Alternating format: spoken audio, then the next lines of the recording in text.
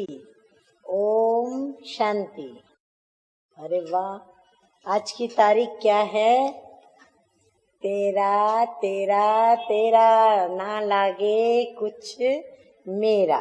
तो आज की तारीख है 13/1/12 और आज की ज्ञान मुरली का हेडिंग है त्रिमूर्ति की रचना करने वाले मीठे मीठे त्रिमूर्ति शिव बाबा कहते हैं, मीठे बच्चे ब्रह्मा सो विष्णु और विष्णु सो ब्रह्मा कैसे बनते हैं और दोनों एक दो की नाभि से कब निकलते हैं, ये राज सिद्ध करके समझाओ।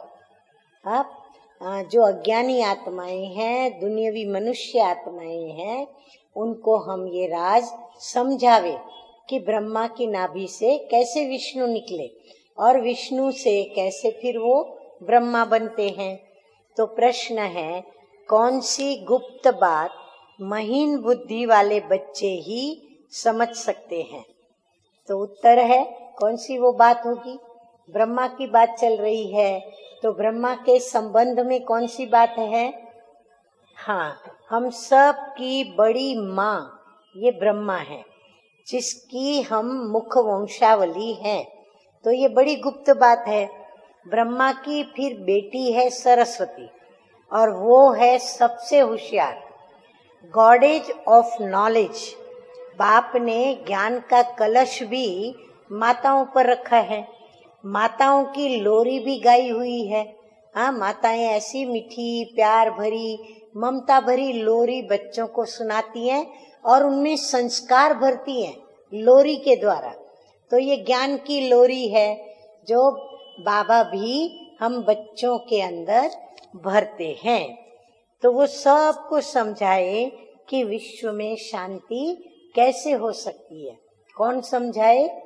माताएं। हाँ, जो फिर ज्ञान की मीठी मीठी लोरी से बच्चों को समझाएंगी। अच्छा, गीत बड़ा प्यारा बजा है। माताओं का जो नाथ बना है शिव बाबा, तो उसका टाइटल क्या है? हाँ, भोली भोली माताओं का वो है भोलेनाथ।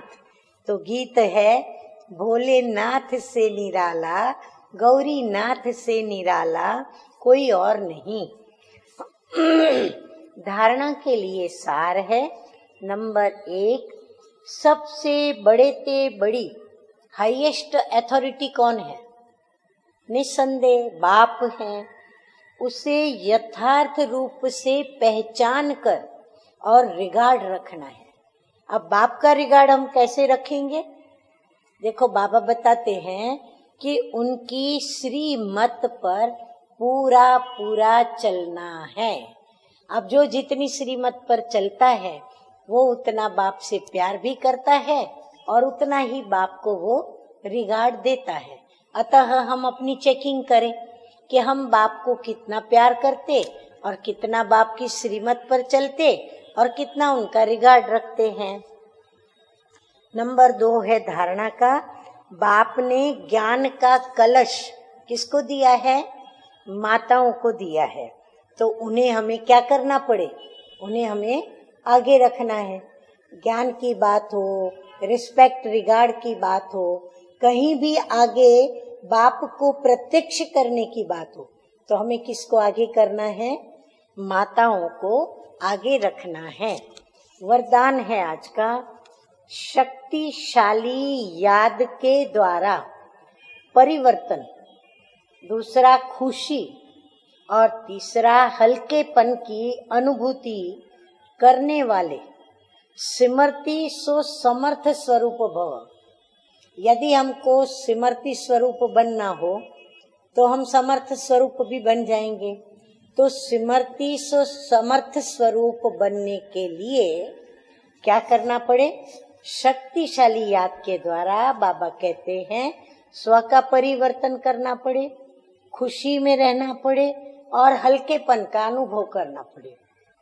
अच्छा, शक्तिशाली याद एक समय पर डबल अनुभव कराती है। हाँ, वो कौन से? एक तरफ तो वो याद अग्नि बन करके भस्म करने का काम करती है, फिर परिवर्तन का भी काम करती है, दूसरा वो भी करती है, और फिर दूसरी तरफ खुशी व हल्केपन का भी अनुभव कराती है। तो ऐसे विधि पूर्वक शक्तिशाली याद को ही यथार्थ याद कहा जाता है।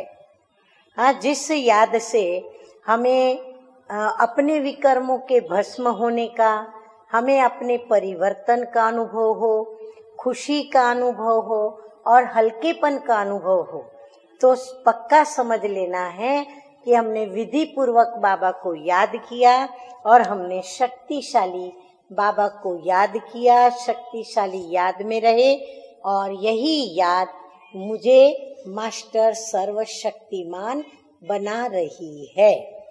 ऐसी यथार्थ याद में रहने वाले स्मृति स्वरूप बच्चे ही समर्थ हैं।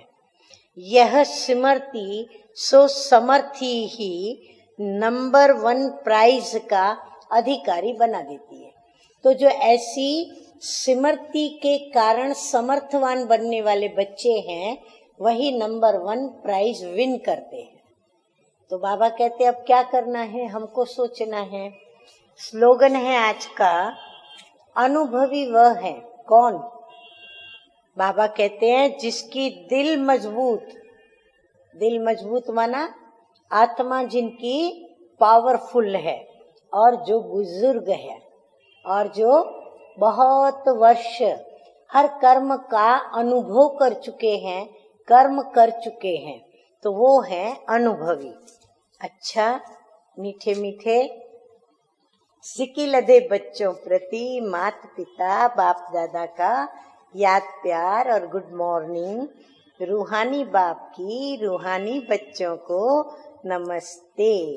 हम रूहानी बच्चों का रूहानी बाप दादा को याद प्यार, गुड मॉर्निंग और नमस्ते नमस्ते। चलो बिंदी बन करके हाँ बिंदु स्वरूप में खो जाएं, उसके प्यार के सागर में समा जाएं।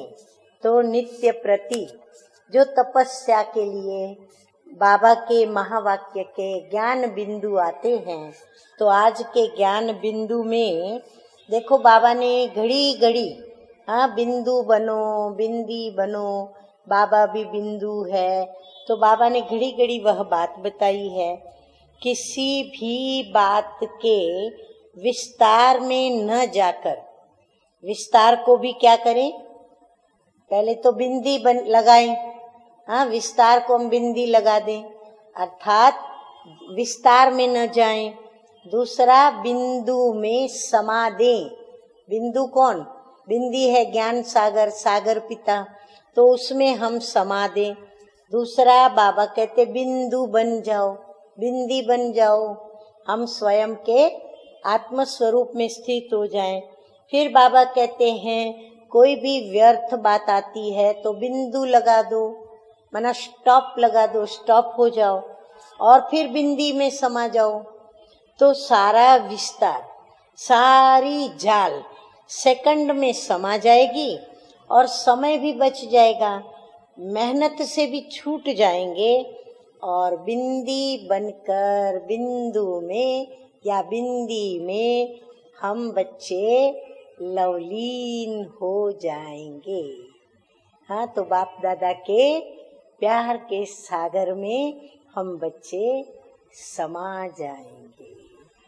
अच्छा, ओम शांति, ओम शांति।